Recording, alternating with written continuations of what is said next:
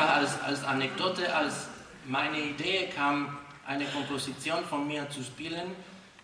Es ist nicht nur so, dass das Stück nicht mal gab, sondern ich hatte nicht mal Komposition gelernt. Das war vor einem Jahr. Und das war aber etwas, was ich seit ganz vielen Jahren in der Schublade hatte und das wollte ich unbedingt irgendwann machen. Und dieses Konzert von heute war der Auflöser, sozusagen den Funk, und dann habe ich einfach so viel gelernt wie möglich und geschrieben und ja, und jetzt stehen wir heute für mein erstes Capriccio, Fuzenbratschen, und das Stück ist fast ein Experiment, weil das sind vielleicht 3 Punkte, die sehr besonders sind, sagen wir so. Erstmal ist die Besetzung. Stücke Fuzenbratschen, selbst wenn wir tausende Jahre und hunderte Komponisten hinter uns haben, gibt es nicht viel. Also wirklich, wir haben tatsächlich immer gesucht, weil wir ja im 10 sind, wir haben geguckt, was gibt es Fuzenbratschen. Es gibt wirklich nicht, oder fast nichts, wirklich fast nichts. Das hat vielleicht doch einen Grund oder mehrere Gründe. Das ist wirklich schwierig für viele Instrumente zu schreiben, die einfach gleich sind. Wir vermissen in der Besetzung Bässe, wir vermissen auch noch höhere Töne und das macht natürlich eine Herausforderung zum Schreiben, auch zum Spielen. Aber ja, einfach, ich kann nur jeden Komponist im Saal dazu animieren, mehr für Bratschen zu schreiben.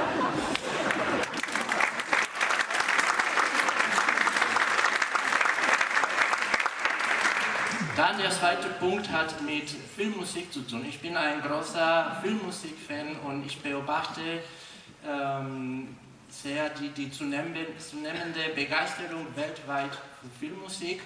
Und ich dachte immer, Mensch, das ist eigentlich so ein bisschen schade. Natürlich kann man nicht Filmmusik von einem riesigen Orchester trennen,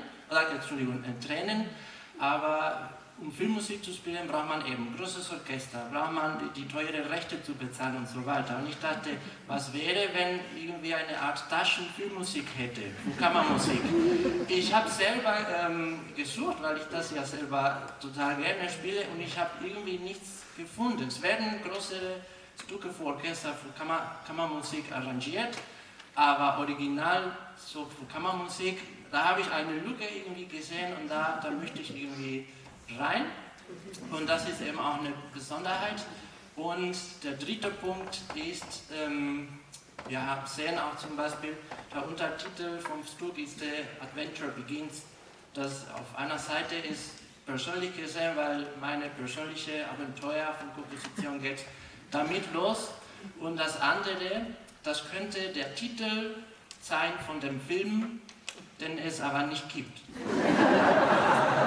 Das ist auch mein Ziel, weil ich finde, genau, ich finde auch vor allem heutzutage auch meine Generation, es ist alles wahnsinnig visuell, wir kriegen das alles vorgekaut sozusagen und bei uns die Kreativität schrumpft, finde ich, sehr schnell, und mein Ziel ist, dass die Zuhörer, das Publikum, nicht ein passives Zuhören haben, sondern aktiv, sondern dass jeder, während wir spielen, seinen Film macht oder genießt.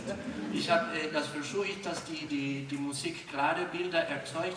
Es gibt eine Geschichte auf jeden Fall in der Musik, es gibt mehrere Themen, die könnten zum verschiedene Charaktere in dem Film passen und so weiter. Es passieren viele Sachen in dem Film, aber ich wollte eben auch nicht Programmmusik oder so schreiben, sondern dass jeder die Freiheit und fast auch die Verantwortung haben, seinen eigenen Film währenddessen zu genießen. Ja, und somit bin ich jetzt fertig.